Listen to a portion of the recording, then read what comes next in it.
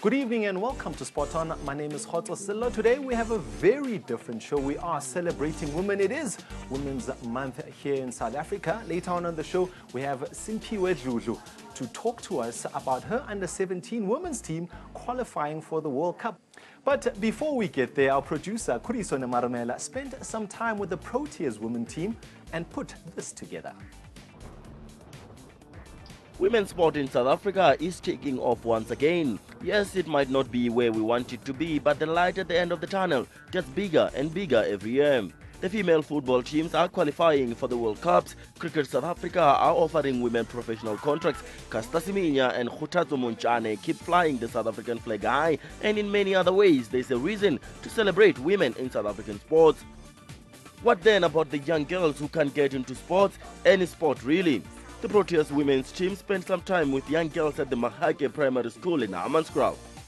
I actually grew up on a farm and I played in the backyard on the grass, and we obviously made plans with that, but I love coming back here because you can see how nice these kids are active and how much they really love the game, and it's so nice that there's so many girls there. You know, me growing up at a young age, there wasn't many girls coming into the system, and to see how many girls are active and you can see how much they want to learn.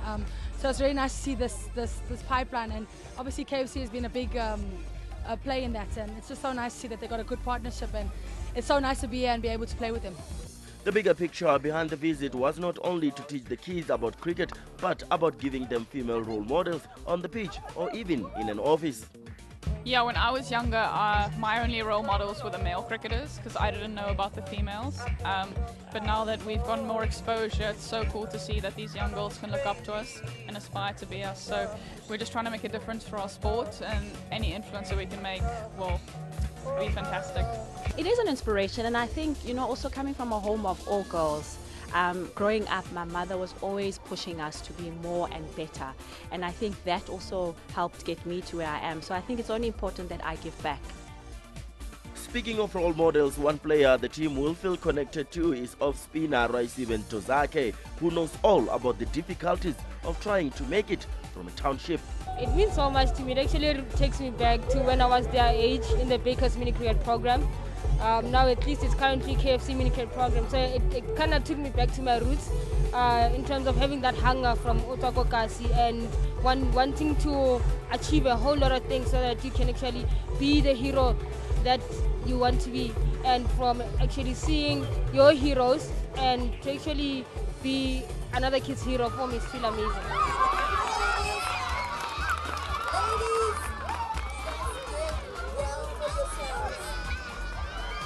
Well, as I said earlier, we are joined in studio by former Banyana player and currently under-17 women's coach Simphiwe Dludlu. Simphiwe, welcome to the show. Thank you for having me, and it's an absolute pleasure. Simphiwe, you know, it's a special month for the ladies, and a special focus on ladies like you who are doing a lot and doing their bit in terms of promoting women in sport. Just give us a brief background of your footballing career, one, and currently where you're at. You know, talking about celebrating, I think I'm celebrating the women that are behind the scenes, that are making sure people like us are out there and doing the most. Of course. You know? And currently what I'm busy with is just serving in football. I'm a servant of football, you know. Coaching the under-17 women national team, and we've qualified for the World Cup, so that has been keeping me on my toes, you know, making sure I'm getting the best players in the team, and just also, you know, finishing, or I don't know how, lack of a better word, you know, trying to get myself to be sharp, you know, to prepare the team better, to be ready for the tournament, you know. And yeah, if you don't find me inside the field, you find me talking football anywhere else. Yeah. Simphiwe, football has always generally been seen as a male-dominated type of sport. How easy or difficult was it for you to get into the sport? Well, I bulldozed my way into it, you know, because I come from a township where Tupal was the thing, you know, still is, you know. And growing up with my cousins who were boys, my friends who were boys, I was part of the gang, you know, and that's how I got into it, you know. And look, No doubt about it. I did hang with the girls with Dlalinge, Domkusha, and all of those indigenous games. It was me. You'd find me there. I've always been athletic, you know. But being in a male-dominated industry has been difficult, you know, because you have to prove your worth. You have to prove that you know what you are doing. You belong there, you know. And even in that, you know, you still get downplayed for the quality person or quality or the value that you add to the game and outside of just being on the field, you know. But that has never deterred me or put me down. You know, it has always been a challenge to say, I'm going to go over that hurdle, you know. It fueled me to do more. It fueled me to be in the sport more and keep my focus there, to either have fun, you know, do the most, and just make sure that I'm felt, my presence is felt, and not felt in a way where I'm proving a point, but it's also, you know, validating my thoughts, my dreams, and what I want to achieve, you know, because I know I'm not the only one that's suffering from that or will be the last one that will suffer from that, but it's my attitude towards all those challenges that I said to myself. I put myself there. I'm going to find a way, not out, but to broaden the scale for myself, you know, and also shape for the ones that are coming after me. And I mean, I also understood that I needed to give credit to the ones that came before me. You know, they faced those challenges as well, you know, and it was for me to say it was not a lost cause for them to either they have stayed or they've moved on, but I took the baton and I carried on with it. And it was a dream for me, you know, and yeah, that's where it has always been. A lot of guys constantly used to speak about they want to play in the PSL and perhaps eventually play for Bafana Bafana. You had perhaps maybe similar dreams, and you also had things that were motivating you to get there. What were those things? I saw myself playing with the boys. I saw myself going on to play with them in the bigger teams and all of that, you know. But obviously, I could not ignore the fact that I was a girl, you know. And growing up, I never knew Banyana Banyana existed because we never saw more of the girls playing football. I thought it was just me and my friends, you know, that were different. And I loved that, you know. Only when I started growing and being exposed to playing in a girls' team, playing against other girls, then I realized actually the sport is big, you know, and it means there is an opportunity for me to get into the national teams. I saw the under-20s then, because then we didn't have under-17s. So the under-20s, actually then they were called the under-19 team, Basetsana. Yeah. And then there was Banyana, Sabo Pushamdise. I used to see, you know, a little bit, you'd see snippets on TV. Oh, actually, that's Poshamdis. And I had an opportunity to play with them, you know. So that's then I thought, actually, I have an opportunity to be at that space. You know, I just need to work hard, expose myself as much as I can, never take no for an answer. Of course. You know, so yeah, it started as a dream, and then it got to be real when I saw girls playing football and I saw myself going into those opportunities and channels. And yeah, for umntwana uphume kasi njengami, it was never real. You know, it was like, but I never stopped dreaming, you know, and those that were around me, they always pushed me, you know, because I was always pushing my way to say, I want to get there. I will. How will I get there? I don't know, but I'll keep pushing. And opportunities kind of like landed, you know, as I went about, because I think how I got exposed was going to a training session with the boys, you know, then I saw a girls' team, then I joined. Yeah. I don't know how this exactly happened, but mhlawumbe bakufonela or SMS nyana or whatever, and they said, finally, you've made the cut for Banyana Banyana, and you have been called up to represent your country. Just take us through that moment when you find out that you're going to wear the green and gold colors. Actually, because in 2004, I was in my matric year. I moved from Alex to go and stay at the High Performance Center, which is where I work currently in Pretoria. Yeah. So the academy was just starting off with 25 girls late, and I actually got into the program late in March when everyone else started in Jan proper, you know. So there was one more spot for me. I got selected. A coach that was involved there saw me playing in a team somewhere, and she called me up to say, hey, fix everything, get your school reports, everything, be part of that. And then I was part of that in 2004. In 2006, actually, first year in varsity, I got a call from my coach who was coaching me at the High Performance Center to say, where are you going? And I said, I'm on my way to class. She said, 10 right now, go to your room, pack this, that, you've been called up to Banyana. What? I did not hear the rest of the detail. You know, I hung up and I was just jumping for joy. I couldn't believe it, you know. And yeah, that's, you know, changed my life forever. From 2006, I was in the team. And when I got into the team, you must know, I'm coming in as a junior, Of course, yeah. you know. And there's those big names in the yes, team. Abu Pusham D, Abu Veronica Yeah. Pewa, you know, Parlapan, and you're like, huh. Okay. Well, we had some girls that played in the Banyana team in the academy, and it was like because they were the best players that were from the academy, and they played in the Banyana team. So it has always been a dream for us, which one day we'll get there, you know. And finally, when that time came, it was like, wow, you know, I was taken aback a bit to say, actually, you've made it this far. And it was still just a trial, you know. And what used to happen as the academy, we used to play against Banyana when they were in camp. So there was a lady that I saw in the team, and I was like, I'm going to make it into the team one day, take her position in her jersey. And it happened exactly like that. Yeah, be careful what you wish for. You might just get it. You might just get it. I was ready. Yeah, and then you got into the Banyana Yeah. setup, the intensity of that level of football. You had to deal with that and all sorts of things, and you didn't give up. I never gave up. Like I say, for me, a setback always fueled me to go 10 steps ahead. It always said to me, you can't give up. Remember why you started, you know. And I've never looked back, really. I've never looked back. And it has always been, why are you there in the first place? Yeah. Who are you making Of proud? course. You know. And who else can take and dream from your dream? Of You know, course, that's yeah. what always fueled me, you know, to say, you can't stop, you can't give Yeah. up. We never stop when we are tired, but when we are done, you know. So I've always lived from that, and that's what kept me going all the way.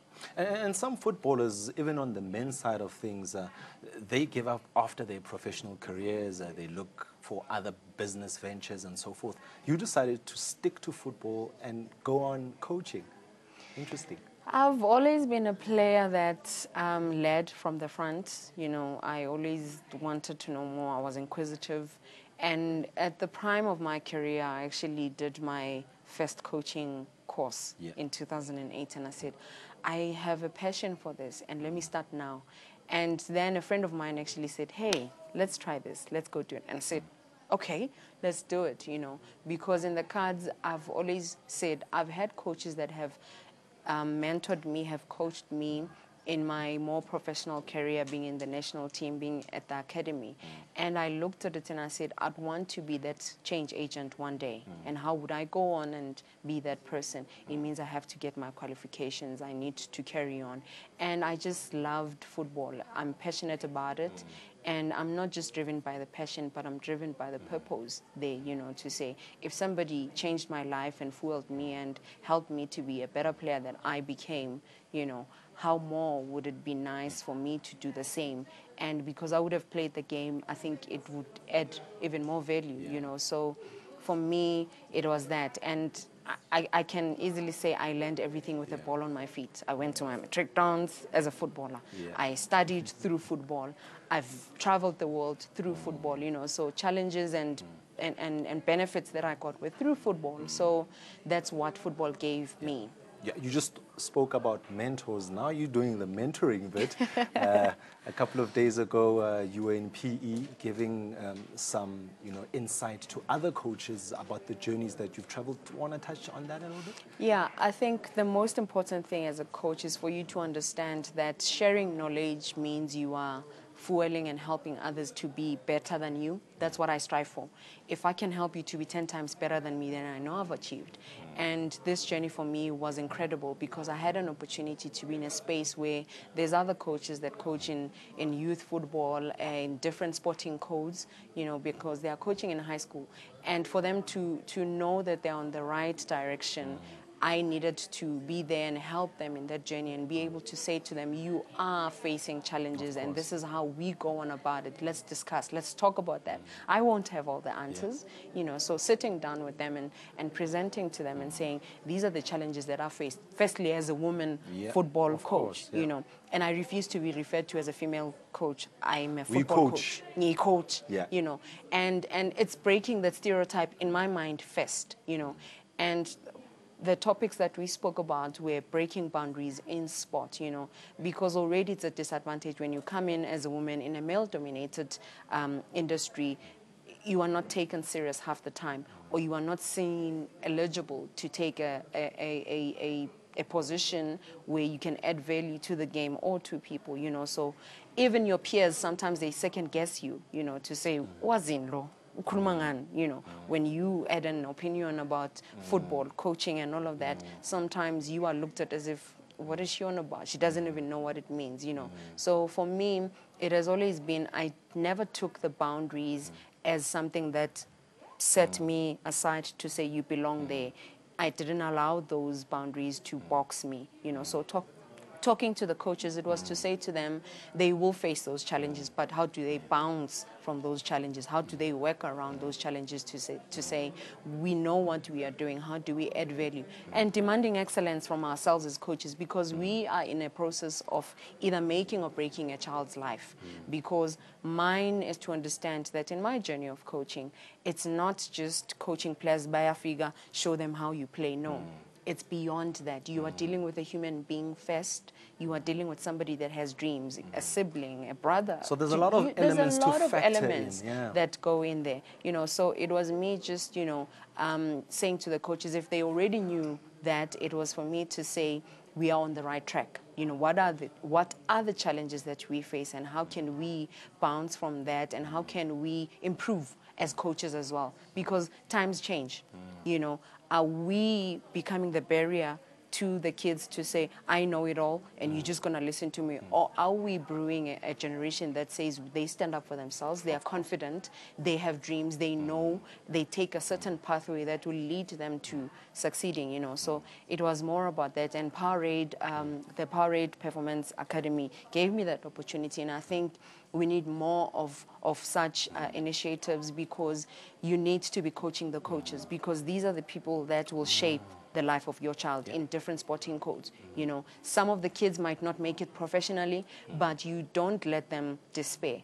How do you then, how do you then help them to see a bigger picture, you know, because it's not about me, it's about the person involved, the player involved, the athlete involved, you know. So it is for us to acknowledge and see that we have we're starting from a position of power where we have so much influence, and we always have an obligation to make sure that we give a safe environment for the players. We make sure that it's a productive space, you know. Even for us, there's growth, you know. So I could go on the whole day about it, but it was more about that. Do you feel that South African football is slowly moving in the right direction in terms of accepting women in football? I mean, seeing a lady like Tracy Pepper coaching a professional men's team in South Africa. Do you feel it's coming along nicely, or is it going a little bit too slow? It's too slow. It's not enough that you just say, there's a Simphiwe Lulu, there's a Tracy Pepper. It should be, there's so many of them, and you counting, and you get excited about counting, you know.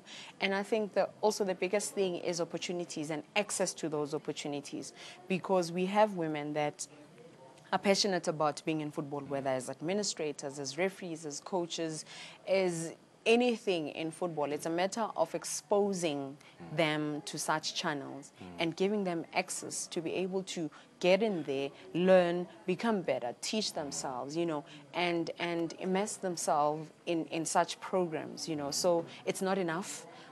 Also because the inequality of saying, I can't pay her more, I can't, you know, give her this, the benefits and all of that. The treatment, the treatment as well, where you are saying, these two are coaches, whether male or female, they are coaches, they need to be treated the same way. They need to have the same type of opportunities and the support. You know, that is also important, because you don't want to end up in a space where, as a woman in sport, you are put in a position just to tick a box. You want to be placed there because they believe in you. They know you can do the work. They know that you need the support, and they give you the support, you know. So it is important also for us as women to support one another. And you in guys those mustn't give up. spaces. No, giving Yeah. up is never an Yeah. option, you know. It's going to be hard, but when you fall, it's how much you get up. bounce back The from 10th that, time yeah. that you get up and say, I'm going to keep going, I'm just going to persevere and go through it. So it is very important for us also to ready ourselves for those opportunities. Because if I could say, I just want to go and coach Bafana Bafana, for example, Yeah. am I ready for that? Yeah. Am I eligible for that, you know? So we must also do an introspection and be able to say, I am cut out for this job, and I'm going to do it 10 times better than any candidate. Not a man, not a woman, than any candidate. yeah. That is important, because once I box myself and say, I'm a woman, I need to be there, blah, blah, blah, it's not going to work. Yeah. I just need to say, I'm a best candidate, I'm able to do this, and I'm going to do it diligently. So, And Simpiwe, another thing I've been really interested in is your transition from a player to a coach. How smooth or bumpy has that transition been? it has been a roller coaster, because, you know, the other day I was having a conversation with somebody, and I said, as coaches, we need to retire completely from playing, completely, because then the competition stops between you and your players. You become a coach, you become a mentor, a sister, a mom, all of that to those kids that you are coaching. And with me, I started coaching with older guys. So they saw me as was in law, and I came in and I didn't want to prove myself, but I came in and I did the job. Then it spoke for me, you know. And transitioning from being a full-time player to being a coach was hard, because I moved from coaching, from playing in the same team to coaching the same players. So the transition was a bit rough for me, because they didn't believe in me. I could be there. Now we must listen to her as a coach, you know. And also teaching people how to treat you was a skill that I needed to master. I needed to understand where they came from. I needed to understand where I wanted to go and find common ground. That was very important for me, you know. I mean, I almost gave up, because I felt like this team, they're just driving me crazy. And I started second guessing myself, because I didn't really see green, you know. But the minute I sat back and I said, okay, let me just, you know, back up a bit and try to see where they come from, and started having conversations with them, because it was a drastic change. You know, 1 minute I'm in varsity with them, I graduate, now I'm coaching them, now they must take instructions from me. And other than that, also how I carry myself, I needed to be awake and aware of that. It's not the same. I'm not just walking as a player, I'm representing a bigger brand. I'm representing a bigger stage of being a coach, of being somebody that you are looked at as, when the players see you, they mimic what they see. They take from you. You're an example. You're an example, you know. So for me, I had to practice what I preached to them, to say, this is how I live my life. I'm not perfect, but this is the direction. And if you want to take a certain direction, is it good for you? Can I help you with that? Can we help each other? You know, so, and as I think that journey, that time in my life shaped me for what was big that was coming after that. Because being in the national team is not easy, you know. And part of me transitioning and saying, I'm going full-time, passion doesn't pay the bills. You know, I needed to make that decision. It was hard. I needed to make that decision and say, I'm really hanging my boots for the sideline, never going to be on that field anymore to compete and, you know, think like a player. I have to now think about how do I write it and put it there, present it to somebody to execute for me, you know. So, but it has been a lovely journey so far. Simpiwe, your girls have now qualified for the World Cup. Excited, interesting times, the future of South Africa football looking bright? It is looking bright. We just have to roll up our sleeves even more as a country, not just the federation that is the mother body of football. No, SAFA is not the only ones that are responsible for making sure that we go to a greater length in terms of football. Everybody that is involved, from parents, from coaches, from administrators, provinces, everyone, regions, everybody that says they want to see the standard of women's football going higher, we have to get down to the ground and work. You know, be solution driven and make sure that those opportunities are accessible to those kids out there. And how do we then motivate them and keep them in the sport? We have to create those safe environments for them to play. We have to, in my team, I always say, if you stop dreaming, you don't belong in the team. I encourage them. It's literally, I ask them, what is your dream? Why are you in the team? Do you think you belong here? What do you need, you know, for us to see you further into your dreams, you know? So for me, it is very, very important for us to understand that we are working with girls that are at a teenage stage.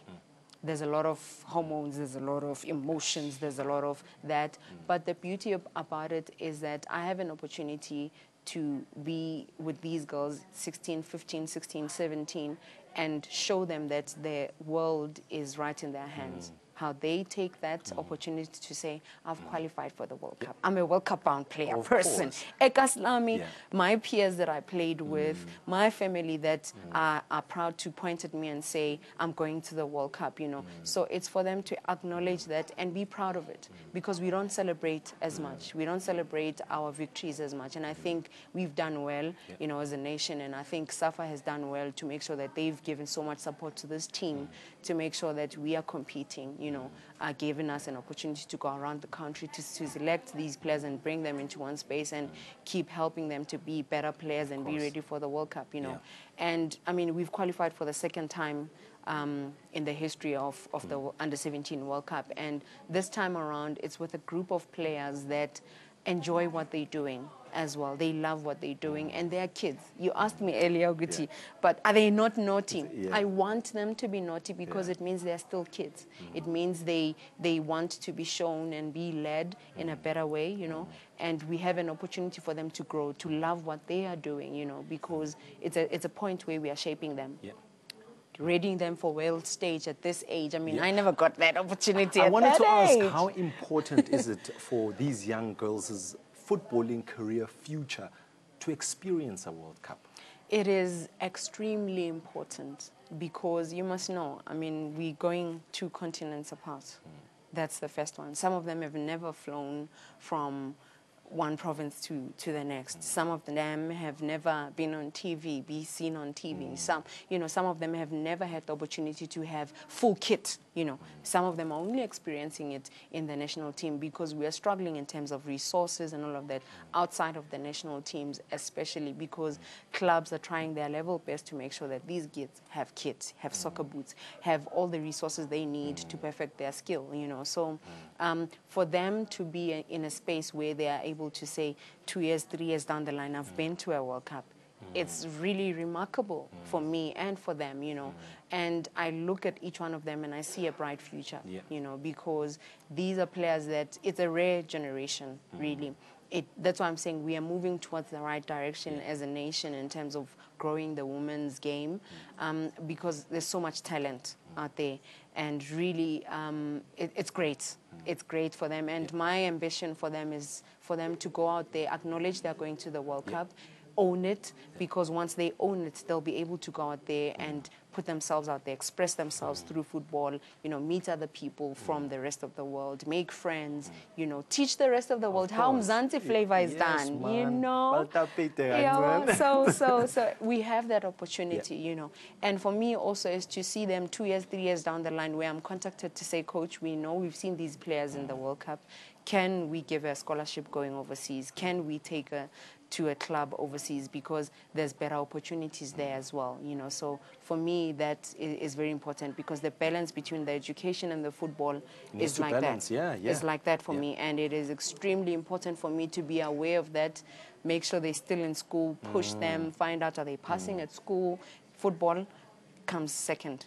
It's school, books first, then football. So they understand that concept, and we just run with that. Okay, so ibamba lapho. but I'm quietly confident for a medal. Well, that's all the sport that we've got for you right here on Spot On. Join us again next week, same time, same place. From myself, Khotso Sello, and the rest of the team. Good night.